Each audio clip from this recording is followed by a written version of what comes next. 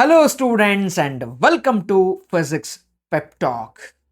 So ನಿಮಗೆ ಈಗ board exam ಅನ್ನೋ ಭಯ ತಲೆ ಮೇಲೆ ಕೂತಿದೆ, ಜೊತೆಗೆ CET ಅದಾದಮೇಲೆ ನನ್ನ ಕೈಲಿ ಚೆನ್ನಾಗಾಗುತ್ತೋ ಇಲ್ವೋ ಅನ್ನೋ ಡೌಟು 99% ಆಫ್ ದ ಸ್ಟೂಡೆಂಟ್ಸ್ಗೆ ಇದೆ.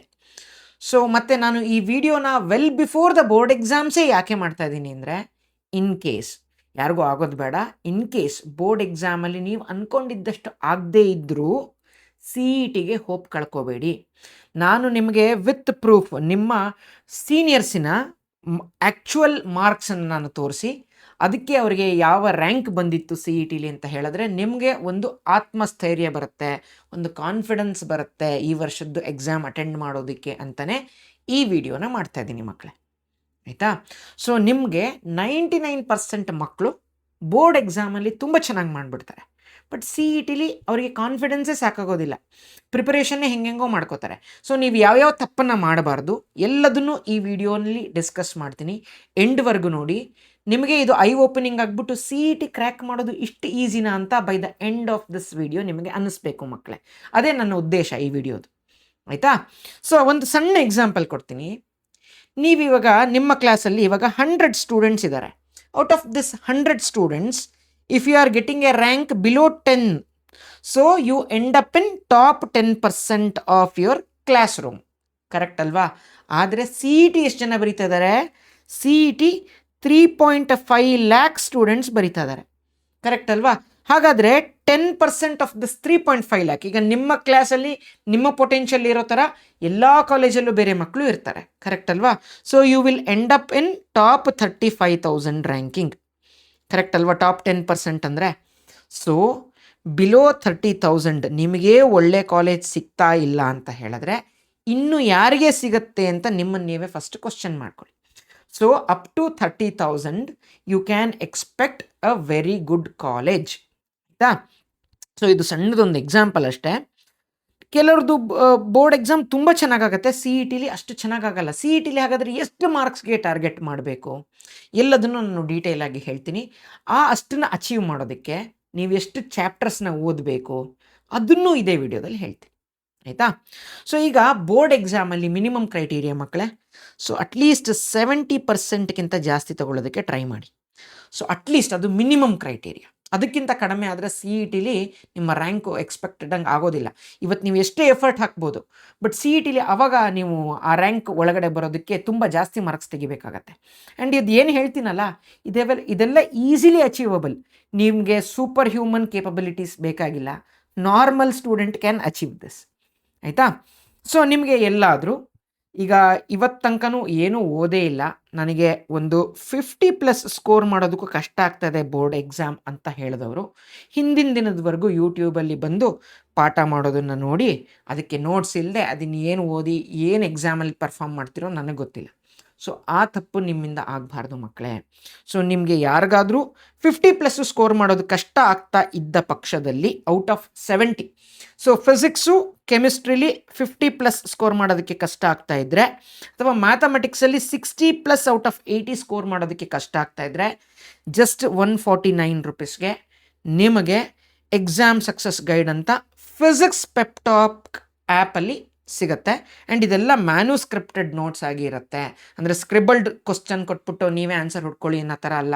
ನಿಮ್ಮ ಎಕ್ಸಾಮ್ಗೆ ಯಾವ ಥರ ಆನ್ಸರ್ ಬರೀಬೇಕು ವಿತ್ ಆನ್ಸರೇ ಇರುತ್ತೆ. ಈ 149 ರುಪೀಸ್ ಅಷ್ಟೇ, ಇದು ನಾನ್ ಡೌನ್ಲೋಡಬಲ್, ಅದಕ್ಕೆ ಫಸ್ಟೇ ಹೇಳ್ತಾ ಇದ್ದೀನಿ. ಮ್ಯಾನ್ಯುಸ್ಕ್ರಿಪ್ಟೆಡ್ ಯಾರೂ ಡೌನ್ಲೋಡಬ್ಗೆ ಕೊಡೋದಿಲ್ಲ, ಬೇರೆ ಕಡೆಯಿಂದ ಕದ್ದಿರೋದನ್ನಾದರೆ ಡೌನ್ಲೋಡ್ ಮಾಡಲಿಕ್ಕೆ ಕೊಡ್ತಾರೆ. ಇದು ನಾವೇ ಮಾಡಿರೋದ್ರಿಂದ ನಾವು ಡೌನ್ಲೋಡಿಗೆ ಕೊಡೋಲ್ಲ, ಪ್ರಿಂಟೌಟ್ ಮಾಡಿ ಹಂಚಿಬಿಡ್ತೀರಲ್ವ ಮಕ್ಕಳೇ. ಹಾಗಾಗಿ 149 ರುಪೀಸ್ ಪರ್ ಸಬ್ಜೆಕ್ಟ್ ಇದೆ. ಯಾರಿಗೆ ಔಟ್ ಆಫ್ ಔಟ್ ತೊಗೊಳ್ಳೋರು ಯಾರು ಈ ಬ್ಯಾಚಿಗೆ ಸೇರ್ಕೋಬೇಡಿ, ಆಯಿತಾ. ಜಸ್ಟ್ ಸ್ಟ್ರಗಲಿಂಗ್ ಸ್ಟೂಡೆಂಟ್ಸ್ ಮಾತ್ರ ಸೇರ್ಕೊಳ್ಳಿ, ನಿಜವಾಗ್ಲೂ ಒಳ್ಳೆ ಮಾರ್ಕ್ಸ್ ಬರುತ್ತೆ ಬೋರ್ಡ್ಸಲ್ಲಿ. ಸೊ ಇವಾಗ ಸ್ಟಾರ್ಟ್ ಮಾಡೋಣ. ಫಸ್ಟು RV ಕಾಲೇಜ್ ಸೇರ್ಕೊಳ್ಳೋದಕ್ಕೆ ಎಷ್ಟು ಬೇಕು ಅನ್ನೋದರಿಂದ ಶುರು ಮಾಡ್ತೀನಿ ನಾನು ಇವಾಗ, ಆಯಿತಾ. ಸೊ ಬೋರ್ಡ್ಸಲ್ಲಿ 297 ತೆಗೆದಿದ್ದಾರೆ. ಇವರೆಲ್ಲ ಯಾರು ಸ್ಟೂಡೆಂಟ್ಸು ಅಂತ ಹೇಳಿದ್ರೆ ಯಾವುದೋ ರ್ಯಾಂಡಮ್ ಸ್ಕ್ರೀನ್ಶಾಟ್ಸ್ ಎಲ್ಲ ತೊಗೊಬರ್ತಾ ಇಲ್ಲ, ಇವರೆಲ್ಲ ನಮ್ಮ ದ್ರೋಣ 2025 ಬ್ಯಾಚಿನ ಮಕ್ಕಳು. ಅವರ ರ್ಯಾಂಕನ್ನು ಇಟ್ಕೊಂಡೇ ನಿಮಗೆ ಎಕ್ಸ್ಪ್ಲೈನ್ ಮಾಡ್ತಾಯಿದ್ದೀನಿ, ಆಯಿತಾ. ಸೊ ಅವರ ಪರ್ಸನಲ್ ಐಡೆಂಟಿಟಿ ಎಲ್ಲೂ ಟೆಫ್ಟ್ ಆಗೋದು ಬೇಡ ಅಂತ ಹೇಳಿ ಜಸ್ಟ್ ಸ್ಕ್ರ್ಯಾಚ್ ಮಾಡಿದ್ದೀನಿ ಅಷ್ಟೇ. ಅವ್ರ ಪೇರೆಂಟ್ ಜೊತೆ ಮಾತಾಡಿರೋದು ನಮ್ಮ ಹತ್ರ ಇದೆ ಸ್ಕ್ರೀನ್ಶಾಟ್ಸ್ ಎಲ್ಲ, so need not worry. So ಎಲ್ಲದರೂ ಅವ್ರದ್ದು ಪರ್ಸ್ನಲ್ ಸ್ಪೇಸ್ನ ನಾವು ಇನ್ವೇಡ್ ಮಾಡ್ತಾ ಇಲ್ಲ. ಸೊ 297 ಬೋರ್ಡ್ಸಲ್ಲಿ ಸ್ಕೋರ್ ಮಾಡಿದ್ದಾರೆ ಆ್ಯಂಡ್ ಸಿ ಇ ಟಿಲಿ 158 ಅಂತ ಹೇಳಿದ್ರೆ ನಿಮಗೆ ಪರ್ ಸಬ್ಜೆಕ್ಟ್ 50+ ಸ್ಕೋರ್ ಮಾಡಿದ್ದಾರೆ out of 60. So C E T ಎಷ್ಟಿರೋದು ಇಂಜಿನಿಯರಿಂಗ್ ರ್ಯಾಂಕಿಂಗಿಗೆ ಇರೋದು 180 ಮಾರ್ಕ್ಸ್ ಫಿಸಿಕ್ಸ್ ಕೆಮಿಸ್ಟ್ರಿ ಮ್ಯಾಥ್ಸಿಂದ. ಸೊ ಪರ್ ಸಬ್ಜೆಕ್ಟ್ ನೀವು 50+ ಸ್ಕೋರ್ ಮಾಡಿದ್ರೆ you will end up below 1000 ranking, ಆಯಿತಾ. ಸೊ 50+ಗೆ ತುಂಬ ಎಫರ್ಟ್ ಹಾಕಬೇಕು, ನೀಡ್ ನಾಟ್ ವರಿ. ನೆಕ್ಸ್ಟ್ ನೋಡೋಣ ಹಾಗೆ. So next 1302 ranking C E ಟಿಲಿ 1300ನೇ ರ್ಯಾಂಕು. ಇವರೆಷ್ಟು ಸ್ಕೋರ್ ಮಾಡಿದ್ದಾರೆ ಬೋರ್ಡ್ಸಲ್ಲಿ 289 ಸ್ಕೋರ್ ಮಾಡಿದ್ದಾರೆ ಆ್ಯಂಡ್ ಸಿ ಇ ಟಿಲಿ 150 ಸ್ಕೋರ್ ಮಾಡಿದ್ದಾರೆ, ಆಯಿತಾ. ಆವಾಗ ಈ ರ್ಯಾಂಕ್ ಬಂದಿದೆ. ಸೊ ಇದರಲ್ಲೂ ಅಷ್ಟೇ ನೋಡಿ 50 ಹತ್ತಿರ ಸ್ಕೋರ್ ಮಾಡಿದ್ದಾರೆ ಪರ್ ಸಬ್ಜೆಕ್ಟ್. ಇದು ಸ್ವಲ್ಪ ಎಫರ್ಟ್ ಹಾಕಬೇಕು, ಕರೆಕ್ಟ್, ನೀಡ್ ನಾಟ್ ವರಿ. ಇವರಿಬ್ಬರಿಗೂ ಆರ್ ವಿ ಕಾಲೇಜೇ ಸಿಕ್ಕಿದೆ ಲಾಸ್ಟ್ ಇಯರ್. ಓಕೆ, ಸೊ ಇದು ಫಸ್ಟ್ ರೌಂಡು. ಇದು ಪಿ ಎಸ್ ಇದೆ ಅಂತ ತೋರಿಸ್ತಾ ಇದ್ದೀರಾ ಸರ್. ಇದು ಏನು ಗೊತ್ತಾ ಮಕ್ಕಳೇ, this is your allotment sheet. ಈ ಅಲಾಟ್ಮೆಂಟು ಪ್ರತಿ ರೌಂಡ್ಗೂ ಚೇಂಜ್ ಆಗ್ತಾ ಹೋಗುತ್ತೆ ರೌಂಡಿಂದ ರೌಂಡ್ಗೆ ಹೋದಂಗೆ. ಈ ಅಲಾಟ್ಮೆಂಟ್ ಕಾಪಿನ ಡೌನ್ಲೋಡ್ ಮಾಡಿಕೊಂಡು ನೀವು ಆ ಪರ್ಟಿಕ್ಯುಲರ್ ಕಾಲೇಜ್ಗೆ ಹೋಗಿ ಫೀಸ್ ಕಟ್ಟಿ ಅಡ್ಮಿಷನ್ ತೊಗೊಳ್ಳೋದು. ಸೊ ಇಷ್ಟು ತನಕ ಫೈನಲ್ ಸ್ಟೆಪ್ ಇದು, ಆಯಿತಾ. ಇಲ್ಲಿ ತನಕ ಯಾರಾದರೂ ತೋರಿಸಿದ್ರೆ ಯೂಟ್ಯೂಬಲ್ಲಿ ವೆಲ್ ಆ್ಯಂಡ್ ಗುಡ್, ಬಟ್ ನಾನು ನಿಮಗೆ ಕ್ಲಿಯರ್ ಕಟ್ ಪಿಕ್ಚರ್ ಬರಲಿ ಅಂತ ತೋರಿಸ್ತಾ ಇದ್ದೀನಿ ಅಷ್ಟೇ. ಸೊ ನೆಕ್ಸ್ಟು ನೋಡಿ, ಇವ್ರದ್ದು C E T rank 3252. So ಅಂದರೆ ಏಕ್ದಮ್ 1300ಇಂದ 3200ಗೆ ಎಷ್ಟು ಮಾರ್ಕ್ಸ್ ಸಿ ಇ ಟಿಲಿ ವ್ಯತ್ಯಾಸ ಆಗಿತ್ತು ಅಂದರೆ 140 ಮಾರ್ಕ್ಸ್ ಬಂದಿತ್ತು ಇವರಿಗೆ ಸಿ ಇ ಟಿಲಿ. ಸೊ 140 ಅಂತ ಹೇಳಿದ್ರೆ ಅರೌಂಡ್ 45 ಪರ್ ಸಬ್ಜೆಕ್ಟ್ ಸ್ಕೋರ್ ಮಾಡಿದರು ಫಿಸಿಕ್ಸ್ ಕೆಮಿಸ್ಟ್ರಿ ಮ್ಯಾಥಮೆಟಿಕ್ಸಲ್ಲಿ. ಸೊ ಇವರು ಪರವಾಗಿಲ್ಲ ಸರ್ ಹೆಸರು ತೋರಿಸಿ ಅಂತ ಹೇಳಿದ್ದಕ್ಕೆ ಹೆಸರು ತೋರಿಸ್ತಾ ಇದ್ದೀನಿ, ಇಲ್ಲಾಂದರೆ ತೋರಿಸ್ತಾ ಇರಲಿಲ್ಲ. ಆ್ಯಂಡ್ ಇವ್ರದ್ದು ಬೋರ್ಡ್ ಎಕ್ಸಾಮಲ್ಲಿ 291 ಆಯಿತು. ಸೊ ಇವರು ಎಲ್ಲರೂ ಸ್ವಲ್ಪ ಬೋರ್ಡ್ ಎಕ್ಸಾಮ್ಗೂ ಎಫರ್ಟ್ ಹಾಕಿದ್ರು, ಸಿ ಇ ಟಿಲೂ ಎಫರ್ಟ್ ಹಾಕಿದ್ರು, ಕರೆಕ್ಟ್. ಸೊ ಇನ್ನೂ ಬರ್ತಾರೆ ಸ್ಟೂಡೆಂಟ್ಸ್. ಸೊ ಬೋರ್ಡ್ ಎಕ್ಸಾಮಲ್ಲಿ ಅಷ್ಟು ಚೆನ್ನಾಗಾಗದೇ ಇದ್ರು ಸಿ ಇ ಟಿಲಿ ಚೆನ್ನಾಗಿರೋರ್ದು ಎಕ್ಸಾಂಪಲ್ ತೋರಿಸ್ತೀನಿ, ನೀಡ್ ನಾಟ್ ವರಿ. ಸೊ ಇವ್ರದ್ದು ನೋಡಿ ಬೋರ್ಡ್ ಎಕ್ಸಾಮಲ್ಲಿ 294 ಸೂಪರ್ ಆಗಿದೆ, ಬಟ್ ಸಿ ಇ ಟಿಲಿ 129 ಬಂದ್ಬಿಡ್ತು. 129 ಅಂದರೆ ಎಷ್ಟು ಪರ್ ಸಬ್ಜೆಕ್ಟ್ ತೆಗೆದಿರೋದು ಗೊತ್ತಾ? ಇವರು 43 ಮಾರ್ಕ್ಸ್ ಇನ್ ಈಚ್ ಸಬ್ಜೆಕ್ಟ್ ತೆಗೆದಿದ್ದಾರೆ. Physics chemistry maths on an average 43 ಬಂದಿದೆ. ಸೊ ಇವರಿಗೆ ಸೆಕೆಂಡ್ ರೌಂಡಲ್ಲೇ ನೋಡಿ BMS ಕಾಲೇಜ್ ಆಗೋಗಿತ್ತು, ಆಯಿತಾ. ನಿಮಗೆ ಟಾಪ್ 5 ಕಾಲೇಜಸಲ್ಲಿ ಆಗುತ್ತೆ ಅನ್ನೋದಕ್ಕೆ ಒಂದು ಎಕ್ಸಾಂಪಲ್ ಅಷ್ಟೇ. ಸೊ ನೆಕ್ಸ್ಟು 4312 ರ್ಯಾಂಕಿಂಗಿಗೆ ನೋಡಿ ಬೋರ್ಡ್ ಎಕ್ಸಾಮಲ್ಲಿ ಅವರು 289 ತೆಗೆದಿದ್ರು, ಸಿ ಇ ಟಿಲಿ 131 ತೆಗಿಬೇಕಾಯಿತು. ನೋಡಿ ಇವರಿಗೆ 5 ಮಾರ್ಕ್ಸ್ ಬೋರ್ಡ್ ಎಕ್ಸಾಮಲ್ಲಿ ಡಿಫ್ರೆನ್ಸ್ ಬಂದಿದೆ. ಬಟ್ ಸಿ ಇ ಟಿಲಿ ನೋಡಿ 129 131 ಇವರೇ 2 ಮಾರ್ಕ್ಸ್ ಜಾಸ್ತಿ ತೆಗೆದಿದ್ದಾರೆ, ಬಟ್ ಇವ್ರದ್ದೇ ರ್ಯಾಂಕ್ ಕಮ್ಮಿ ಆಗಿದೆ. ಯಾಕೆ? ಬೋರ್ಡ್ ಎಕ್ಸಾಮ್ದು ಸ್ಕೋರು ಲಾಸ್ಟ್ ಮೂಮೆಂಟಲ್ಲಿ ಅಷ್ಟು ಮ್ಯಾಟ್ರ್ ಆಗುತ್ತೆ ಮಕ್ಕಳೇ, ಆಯಿತಾ. ನೋಡಿ ಇವ್ರಿಗೆ ಯಾವ ಕಾಲೇಜ್ ಸಿಕ್ತು? MSRIT ಸಿಕ್ತು, ಆಯಿತಾ. ನಿಮಗೆ ಟಾಪ್ 5 ಕಾಲೇಜಸಲ್ಲಿ ಎಲ್ಲ ಕಾಲೇಜಲ್ಲೂ ಟಾಪ್ 10 ಕಾಲೇಜಸ್ಸಲ್ಲಿ ಇಡೀ ಬೆಂಗಳೂರಲ್ಲಿ ನಮ್ಮ ಸ್ಟೂಡೆಂಟ್ಸೇ ಇದ್ದಾನೆ ಮಕ್ಕಳೇ, ನೀವು ವರಿನೇ ಮಾಡ್ಕೋಬೇಡಿ, ಆಯಿತಾ. ಸೊ ಅದಾದಮೇಲೆ ನೆಕ್ಸ್ಟ್ ನೋಡಿದ್ರೆ ಇವರು 4512 ಬಂದಿದೆ. ಇವರು ನಿಮಗೆ ಸಿ ಇ ಟಿಲಿ 127 ಸ್ಕೋರ್ ಮಾಡಿದ್ದಾರೆ. 127 ಅಂದರೆ ಎಷ್ಟು? Around 42.5 marks around. So and C E T ಇದು ಬೋರ್ಡ್ಸಲ್ಲಿ 291 ತೆಗೆದಿದ್ದಾರೆ. ಸೊ ಇದು ಸ್ವಲ್ಪ ಇವರು ಎರಡಕ್ಕೂ ಎಫರ್ಟ್ ಹಾಕಿ ಓದಿದ್ದಾರೆ. ಸೊ ನೆಕ್ಸ್ಟ್ ನೋಡೋಣ. ಸೊ ನೆಕ್ಸ್ಟ್ ಇವರು 5068 ರ್ಯಾಂಕು, ಇವ್ರಿಗೂ BMS ಆಗಿದೆ ಸೆಕೆಂಡ್ ರೌಂಡಲ್ಲಿ. ಸೊ ಇವರು ಬೋರ್ಡ್ ಎಕ್ಸಾಮಲ್ಲಿ ನೋಡಿ 297, ಬಟ್ ಇವ್ರದ್ದು ಸಿ ಇ ಟಿಲಿ 122 ಆಯಿತು. ಎಲ್ಲಾದರೂ ಇವ್ರು ಇನ್ನೊಂದು 10ರಿಂದ 12 ಮಾರ್ಕ್ಸ್ ತೆಗೆದಿದ್ರೆ ಇವ್ರಿಗೆ ಆರ್ ವಿ ಕಾಲೇಜ್ ಸಿಕ್ಬಿಡೋದು, ಆಯಿತಾ. ಜಸ್ಟ್ ಒಂದು ಸಣ್ಣ ಎಫರ್ಟಲ್ಲಿ ಮಿಸ್ ಆಗುತ್ತೆ ಕೆಲವು ಮಕ್ಕಳದು, ಆಯಿತಾ. ಸೊ ನೆಕ್ಸ್ಟ್ ನೋಡೋಣ. ಇವ್ರದ್ದು 5400 ರ್ಯಾಂಕಿಂಗು, ಇವ್ರಿಗೆ ಮೆಡಿಕಲ್ ಸೀಟ್ ಸಿಕ್ತು ಲಾಸ್ಟ್ ಇಯರು. ಇವರು ಬೋರ್ಡ್ಸಲ್ಲಿ 295 ತೆಗೆದಿದ್ರು ಆ್ಯಂಡ್ ಇಂಜಿನಿಯರಿಂಗ್ ರ್ಯಾಂಕ್ ಇದು, ಆಯಿತಾ. ಇದು ಮೆಡಿಕಲ್ ರ್ಯಾಂಕಿಂಗ್ ಅಲ್ಲ. ಸೊ ಸಿ ಇ ಟಿಲಿ 122 ಆಯಿತು ಇವ್ರದ್ದು. ಸೊ 122 ಆಗಿದ್ದಕ್ಕೆ ಯಾವುದು ಇವ್ರಿಗೆ ಮೆಡಿಕಲ್ ಕಾಲೇಜ್ ಆಯಿತು ಫಸ್ಟ್ ರೌಂಡಿಂದನೇ ನೋಡಿ. ಸೊ ಮೆಡಿಕಲ್ ಕಾಲೇಜೇ ಆಗಿದೆ ಇವರಿಗೆ. ಓಕೆ, ಸೊ ನೆಕ್ಸ್ಟ್ ನೋಡೋಣ. ಓಕೆ, ಸಾರಿ ಒಂದು ನಿಮಿಷ. ಓಕೆ, ಬೈ ಮಿಸ್ಟೇಕಾಗಿ ಹೆಸರೆಲ್ಲ ಕಾಣಿಸ್ಬಿಡ್ತು, ಸೊ ಒಂಚೂರು. ಸೊ ನೆಕ್ಸ್ಟ್ ನೋಡೋಣ. ಸೊ ಇವ್ರದ್ದು 6080 ಆಗಿದೆ ರ್ಯಾಂಕು. ಇವರಿಗೆ BMS ಕಾಲೇಜ್ ಆಯಿತು ಸೆಕೆಂಡ್ ರೌಂಡಲ್ಲಿ. ಸೊ ಇವರು 289 ಬೋರ್ಡ್ಸಲ್ಲಿ ತೆಗೆದಿದ್ರು ಆ್ಯಂಡ್ ಸಿ ಇ ಟಿಲಿ 123 ಅಂದರೆ ಅರೌಂಡ್ 40 + 41 ತೆಗೆದಿದ್ದಾರೆ ಪರ್ ಸಬ್ಜೆಕ್ಟ್.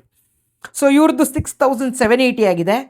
ಸೊ ಬೋರ್ಡ್ಸಲ್ಲಿ 285 ತೆಗೆದಿದ್ದಾರೆ ಆ್ಯಂಡ್ ಸಿ ಇ ಟಿಲಿ 123 ಎಕ್ಸಾಕ್ಟಾಗಿ. ಅಗೈನ್ ಇವರು 41 ಮಾರ್ಕ್ಸ್ ತೆಗೆದಿದ್ದಾರೆ, ಇವರಿಗೆ PSL ಆಯಿತು. ಸೊ ನೆಕ್ಸ್ಟು ಇವ್ರು ನೋಡಿ 10487 ರ್ಯಾಂಕ್ ಬಂದಿದೆ. ನೋಡಿ ಇದೆಲ್ಲ ಅಚೀವಬಲ್. ಇವಾಗಿಂದ ಹೇಳೋದೆಲ್ಲ ನೀವು ಮಾಡ್ಬೋದು ಆರಾಮಾಗಿ. ಸೊ ಇವ್ರದ್ದು ಬೋರ್ಡ್ಸಲ್ಲಿ ಚೆನ್ನಾಗಾಗಿದೆ, ಬಟ್ ಸಿ ಇ ಟಿಲಿ 111 ಅಂದರೆ ಅರೌಂಡ್ 38 ಮಾರ್ಕ್ಸ್ 37 ಮಾರ್ಕ್ಸ್ ಬಂದಿದೆ. ಅರೌಂಡ್ 37 ಮಾರ್ಕ್ಸ್ ಬಂದಿದೆ ಸಿ ಇ ಟಿಲಿ ಪರ್ ಸಬ್ಜೆಕ್ಟ್. ಸೊ ಇವರಿಗೆ ಫಸ್ಟ್ ರೌಂಡ್ ಅಲಾಟ್ಮೆಂಟ್ ಇದು BMSIT. ಇವರಿಗೆ ಸೆಕೆಂಡ್ ರೌಂಡಲ್ಲಿ RV ಯೂನಿವರ್ಸಿಟಿ ಆಯಿತು. ಇವರಲ್ಲಿ ಅಡ್ಮಿಷನ್ನು ತೊಗೊಂಡ್ರು, ಆಯಿತಾ. ಸೊ ನೆಕ್ಸ್ಟು ಓಕೆ, ಇವ್ರದ್ದು ಮಾರ್ಕ್ಸ್ ಡೀಟೇಲ್ಸ್ ಇಲ್ಲ, ಹೋಗಲಿ, ಸ್ಕಿಪ್ ಮಾಡೋಣ. ಸೊ ನೆಕ್ಸ್ಟ್ ಸ್ಟೂಡೆಂಟ್ 11,944 ಬಂದಿದೆ. ಸೊ ಇವರು ಬೋರ್ಡ್ ಎಕ್ಸಾಮಲ್ಲಿ 289 ಸ್ಕೋರ್ ಮಾಡಿದ್ದಾರೆ. ಆ್ಯಂಡ್ ಸಿ ಇ ಟಿಲಿ 107 ಅಂದರೆ ಮಕ್ಕಳೇ around 35 marks in each subject. Okay, so ಇವರಿಗೆ PS ಯೂನಿವರ್ಸಿಟಿ ರಿಂಗ್ ರೋಡ್ ಕ್ಯಾಂಪಸ್ಸೇ ಆಗಿದೆ, ಮೇನ್ ಕ್ಯಾಂಪಸ್, ಆಯಿತಾ. ಸೊ ಅಂದರೆ ಥರ್ಡ್ ರೌಂಡಲ್ಲಿ ಆಯಿತು. ನಾವು ಅದನ್ನು ಅಷ್ಟೇ ನಮ್ಮ ದ್ರೋಣ ಬ್ಯಾಚಲ್ಲಿ ನಿಮಗೆ ಕೌನ್ಸಿಲಿಂಗ್ ರಿಲೇಟೆಡ್ ಯಾವ ರೌಂಡ್ ತನಕ ನೀವು ಹೋದರೆ ಈ ಕಾಲೇಜ್ ಸಿಗುತ್ತೆ ಅಂತ ಫಸ್ಟೇ well before your counselling starts rank based on ರ್ಯಾಂಕೆ ನಾವು ಹೇಳ್ತೀವಿ. ಅದೇ ಥರನೇ ಆಪ್ಷನ್ ಎಂಟ್ರಿ ಹಾಕಬೇಕು ಅಂತ ನಾವೇ ನಿಮಗೆ ಲಿಸ್ಟ್ ಪ್ರಿಪೇರ್ ಮಾಡಿ ಕೊಡ್ತೀವಿ ಮಕ್ಕಳೇ, ಆಯಿತಾ. ಅದನ್ನು ನೀವು ಫಾಲೋ ಮಾಡಬೇಕಷ್ಟೆ. Next 12,129th rank. ಸೊ ನೋಡಿ ಇವರು ಬೋರ್ಡ್ಸಲ್ಲೂ ಅಷ್ಟೇ 280 ಆಗಿತ್ತು out of 300. And C E ಟಿಲಿ ನೋಡಿ 112, around 37 marks per subject score ಮಾಡಿದ್ದಾರೆ. ಇವರು ಸ್ವಲ್ಪ ಬೋರ್ಡ್ ಎಕ್ಸಾಮಲ್ಲಿ ಕಮ್ಮಿ ಆಗಿದ್ದಕ್ಕೆ ಅವ್ರಿಗಿಂತ ಇವರು ಸಿ ಇ ಟಿಲಿ ಜಾಸ್ತಿ ತೆಗೆದಿದ್ದಾರೆ, ಬಟ್ ರ್ಯಾಂಕ್ ಜಾಸ್ತಿ ಆಗಿಬಿಟ್ಟಿದೆ ಇವ್ರದ್ದು, ಕರೆಕ್ಟ್. ಸೊ ಇವರಿಗೆ BMSIT ಆಗಿದೆ, ಆಯಿತಾ. ನೆಕ್ಸ್ಟ್ ನೋಡೋದಾದರೆ 13,827th ರ್ಯಾಂಕ್. ಸೊ ನೋಡಿ ಇಲ್ಲಿ ಬೋರ್ಡ್ ಎಕ್ಸಾಮ್ ನೋಡಿ 264 out of 300, around less than 90% ಇದೆ ಬೋರ್ಡ್ಸಲ್ಲಿ, correct. So in 90 most of the students ಇಲ್ಲೇ ಲ್ಯಾಂಡ್ ಅಪ್ ಆಗ್ತಾರೆ. ಆ್ಯಂಡ್ ಈ ರಿಸಲ್ಟ್ ನೋಡಿಕೊಂಡು ಬೋರ್ಡ್ ಎಕ್ಸಾಮ್ ಚೆನ್ನಾಗಾಗಿಲ್ಲ ಅಂತ ಗೊತ್ತಿರುತ್ತೆ ಅಲ್ವಾ ಸ್ಟೂಡೆಂಟ್ಗೆ, ಸಿ ಇ ಟಿಲಿ ಎಫರ್ಟ್ ಹಾಕೋದೇ ನಿಲ್ಲಿಸ್ಬಿಟ್ಟಿರ್ತಾರೆ. ಬಟ್ ಈ ಹುಡುಗ ಆ ಥರ ಮಾಡಲಿಲ್ಲ, ಸಿ ಇ ಟಿಲೂ ಎಫರ್ಟ್ ಹಾಕಿ 118 ಅಂದರೆ this contributes about 40 marks per subject, almost 40 marks per subject. And ಇವ್ರಿಗೆ ಯಾವ ಕಾಲೇಜ್ ಸಿಕ್ಕಿತ್ತು ಗೊತ್ತಾ ಸೆಕೆಂಡ್ ರೌಂಡಲ್ಲಿ? RV college of engineering. ಅಂದರೆ that depends on which branch that you are choosing also and category also, need not worry about that. ಅದನ್ನೆಲ್ಲ ನಾವು ಹೇಳ್ತಾ ಹೋಗ್ತೀವಿ ನಿಮಗೆ ಕೌನ್ಸಿಲಿಂಗ್ ಟೈಮಲ್ಲಿ. ಸೊ ನೆಕ್ಸ್ಟು 15,683 ರ್ಯಾಂಕ್ ನೋಡಿ. ಸೊ ಇವ್ರದ್ದು ಬೋರ್ಡ್ ಎಕ್ಸಾಮ್ ಸ್ಕೋರ್ ನೋಡಿ 243. ಸೊ 243 ಅಂದರೆ ಆಲ್ಮೋಸ್ಟ್ ಲೆಸ್ ದ್ಯಾನ್ 85%, ಆಲ್ಮೋಸ್ಟ್ 85ಗೆ ಈಕ್ವಲೆಂಟ್. ಬಟ್ ಸಿ ಇ ಟಿಲಿ ಇವರು 127 ತೆಗೆದಿದ್ದಾರೆ, ಅಂದರೆ 42.5 ಮಾರ್ಕ್ಸ್ ಪರ್ ಸಬ್ಜೆಕ್ಟ್ ತೆಗೆದಿದ್ದಾರೆ. ಎಷ್ಟು ಎಫರ್ಟ್ ಹಾಕಿದ್ದಾರೆ, ಬಟ್ ಈ ರ್ಯಾಂಕಲ್ಲಿ ಎಂಡ್ ಅಪ್ ಆಗಿಬಿಡ್ತು. ಸೊ ಹಾಗಾಗಿ ಮಕ್ಕಳೇ ಬೋರ್ಡ್ ಎಕ್ಸಾಮು ಇಂಪಾರ್ಟೆಂಟು, ಚೆನ್ನಾಗಿ ಮಾಡ್ಕೊಂಬಿಡಿ ಫಸ್ಟ್, ಆಯಿತಾ. ಇವ್ರಿಗೂ BNMIT ಆಗಿದೆ, ಆಯಿತಾ. ಇಲ್ಲೇ ಇದೆ ನೋಡಿ ಲಿಸ್ಟು. ಸೊ ಈ ಸ್ಟೂಡೆಂಟು ಪರವಾಗಿಲ್ಲ ಸರ್, ಫೇಸ್ ತೋರಿಸಿ, ಏನು ನನಗೇನು ಇಶ್ಯೂ ಇಲ್ಲ, you are setting a good example ಅಂತ ಅಲ್ವಾ, ಹಾಗಾಗಿ ವಿತ್ ಫೇಸ್ ವಿತ್ ನೇಮ್ ತೋರಿಸ್ತಾ ಇದ್ದೀನಿ. ಸೊ ಇವ್ರದ್ದು ಬೋರ್ಡ್ ಎಕ್ಸಾಮ್ ನೋಡಿ 276. ಸೊ ಕರೆಕ್ಟಾಗಿ 92% ಆಗಿತ್ತು ಬೋರ್ಡ್ಸಲ್ಲಿ. ಆ್ಯಂಡ್ ಸಿ ಇ ಟಿಲಿ 104 ಅಂದರೆ ಎಷ್ಟು? 35 ಮಾರ್ಕ್ಸ್ ಪರ್ ಸಬ್ಜೆಕ್ಟ್ ತೆಗೆದಿದ್ದಾರೆ ಔಟ್ ಆಫ್ 60. ಆ್ಯಂಡ್ ಇದು ಆರಾಮಾಗಿ ಅಚೀವಬಲ್ 35 ಮಾರ್ಕ್ಸ್. ನಾನು ಹೇಳ್ತೀನಿ ಹೇಗೆ 35 ಮಾರ್ಕ್ಸ್ ಆದರೂ ಅಚೀವ್ ಮಾಡಬೇಕು ಅಂತ, ಆಯಿತಾ. ಇವ್ರಿಗೂ ಒಳ್ಳೆ ಕಾಲೇಜ್ ಆಗಿದೆ. So next 22,344. ಸೊ ಇವರಿಗೆ BIT ಕಾಲೇಜ್ ಆಗಿದೆ. ಇವರು ಬೋರ್ಡ್ಸಲ್ಲಿ 282 ತೆಗೆದಿದ್ರು, around 100 marks in C E T ತೆಗೆದಿದ್ರು. 100 ಅಂದರೆ about 33 marks in each subject ಅಂತ ಅಂದ್ಕೊಳ್ಳಿ. ಇದು ಈಸಿಲಿ ಅಚೀವಬಲ್. ಇವರಿಗೆ ಬೆಂಗಳೂರು ಇನ್ಸ್ಟಿಟ್ಯೂಟ್ ಆಫ್ ಟೆಕ್ನಾಲಜಿ ಸಿಕ್ಕಿದೆ, ಒಳ್ಳೆಯದು. ಯಾವುದ್ಯಾವುದೋ ಬ್ರಾಂಚ್ ನಾನು ಹೇಳ್ತಾ ಇಲ್ಲ, ಇವರು ಮೆಕ್ಯಾನಿಕಲ್ ತೊಗೊಂಡ್ರು, ಸಿವಿಲ್ ತೊಗೊಂಡ್ರು ಅಂತ ನಾನು ಹೇಳ್ತಾ ಇಲ್ಲ, ಒಳ್ಳೆ ಬ್ರಾಂಚೇ ಸಿಕ್ಕಿರೋದು, ಆಯಿತಾ. ಸೊ ನೆಕ್ಸ್ಟು 273 ಇನ್ ಬೋರ್ಡ್ಸ್. 273 ಅಂದರೆ ಬೋರ್ಡ್ಸಲ್ಲಿ ಎಷ್ಟು? 91%. 273 ಅಂದರೆ ಎಕ್ಸಾಕ್ಟಾಗಿ 91 ಆಗುತ್ತೆ. ಸೊ 97 ಇನ್ ಸಿ ಇ ಟಿ. ಅದಕ್ಕೆ ರ್ಯಾಂಕ್ ಎಷ್ಟು ಬಂದಿತ್ತು? 23,288. ಬಟ್ ಇವ್ರದ್ದು ನೀಟ್ ಚೆನ್ನಾಗಾಗಿತ್ತು ನೋಡಿ, ಇಲ್ಲೂ ನೋಡ್ಬೋದು. ಸಿ ಇ ಟಿಲಿ 52 ತೆಗೆದಿದ್ರು ಬಯಾಲಜಿ, ನೀಟ್ ಕ್ಲಿಯರ್ ಆಗಿ ಇವರಿಗೆ ಮೆಡಿಕಲ್ ಸೀಟ್ ಆಯಿತು ಮಕ್ಕಳೇ. ಸೊ ನೆಕ್ಸ್ಟು ನೋಡೋದಾದರೆ 26,831 ರ್ಯಾಂಕ್. ಸೊ ಬೋರ್ಡ್ಸಲ್ಲಿ ಎಷ್ಟು ತೆಗೆದಿದ್ರು? 272. ಆ್ಯಂಡ್ ಸಿ ಇ ಟಿಲಿ ಎಷ್ಟು ತೆಗೆದಿದ್ರು? 93 ಅಂದರೆ ಎಷ್ಟು per subject? 31 marks. Okay, so ಇವ್ರಿಗೂ ದಯಾನಂದ್ ಸಾಗರ್ ಕಾಲೇಜ್ ಆಯಿತು, ಆಯಿತಾ. ನೋಡಿ ಟಾಪ್ 5 ಕಾಲೇಜ್ ಎಲ್ಲದಕ್ಕೂ ಫಿನಿಶ್ ಇಲ್ಲೇ ಆಗೋಯ್ತು. ಒಂದು ಸಣ್ಣ ಎಕ್ಸಾಂಪಲ್ ಅಷ್ಟೇ, ಒಂದು 10-15 ಜನದ ಹುಡುಗರದ್ದು ಎಕ್ಸಾಂಪಲ್ ತೋರಿಸ್ತಾ ಇದ್ದೀನಿ. ಇವ್ರಿಗೆ ಟಾಪಲ್ಲೇ ಆಗಿದೆ ಎಲ್ಲರಿಗೂ. So next 28,350 rank. 264 ಬಂದಿತ್ತು ಬೋರ್ಡ್ಸಲ್ಲಿ. 264 ಅಂದರೆ ಲೆಸ್ ದ್ಯಾನ್ 90% ತೆಗೆದಿದ್ದಾರೆ. ಸಿ ಇ ಟಿಲಿ 96. ಸೊ 32 ಮಾರ್ಕ್ಸ್ ಪರ್ ಸಬ್ಜೆಕ್ಟ್ ತೆಗೆದಿದ್ದಾರೆ. ಸೊ ಇವರಿಗೆ ದಯಾನಂದ್ ಸಾಗರ್ ಅಕಾಡೆಮಿ ಆಯಿತು. That depends on various factor ಮಕ್ಕಳೇ. ನೀವು ಇದಕ್ಕೆ ಗೇಜ್ ಮಾಡೋಕ್ಕೆ ಹೋಗ್ಬೇಡಿ, ಯಾಕೆ ಇವ್ರಿಗೆ ಯಾಕೆ ಈ ಕಾಲೇಜ್ ಆಯಿತು ಅಂತ ಎಲ್ಲ, ಆಯಿತಾ? ಅದನ್ನು ಹೇಳ್ತೀವಿ ನಾವು. ಸೊ ಇವಾಗ ರೋಡ್ ಮ್ಯಾಪ್ ಏನು? ಈಗ ನಾನು ಇದೇ ಲಾಸ್ಟ್ ಸ್ಟೂಡೆಂಟ್ ನಾನು ಎಕ್ಸಾಂಪಲ್ ತೊಗೊಳ್ತಾ ಇರೋದು. ಸೊ ಟಾಪ್ 1000ಇಂದ ಟಾಪ್ 30,000ವರೆಗೂ ಎಲ್ಲ ಸ್ಟೂಡೆಂಟ್ದು ಒಂದೊಂದು ಎಕ್ಸಾಂಪಲ್ ತೋರಿಸಿದ್ದೀನಿ, ಕರೆಕ್ಟ್? ಈಗ ರೋಡ್ ಮ್ಯಾಪನ್ನ ಹೇಳ್ತೀನಿ. ಸೊ ನೀವು ಬೋರ್ಡ್ಸಲ್ಲಿ ಹೆಂಗೋ ಎಫರ್ಟ್ಸ್ ಹಾಕಿ ಅರೌಂಡ್ 85% ಹೆಂಗಾದರೂ ತೊಗೊಳ್ಳಿ ಮಕ್ಕಳೇ. PCMಯಿಂದ 85% ಅಂದರೆ ಅರೌಂಡ್ 250+ ಆದರೂ ಸ್ಕೋರ್ ಮಾಡಬೇಕು, ಆಯಿತಾ? 250+ should be your first target. ಈಗ ಆಲ್ರೆಡಿ 90+ ಇರೋರು ತಲೆನೇ ಕೆಡಿಸ್ಕೊಬಿಡಿ, ನಿಮಗೆ CET ಹೆಂಗೆ ಕ್ರ್ಯಾಕ್ ಮಾಡಬೇಕು ಅಂತ ತಲೆ ಕೆಡಿಸ್ಕೊಳ್ಳಿ ಸಾಕು, ಆಯಿತಾ? ಸೊ ಬೋರ್ಡ್ಸಲ್ಲಿ ಇಷ್ಟು ಈಸಿಲಿ ಅಚೀವಬಲ್ ಎಂಥವ್ರ ಕೈಲಾದರೂ.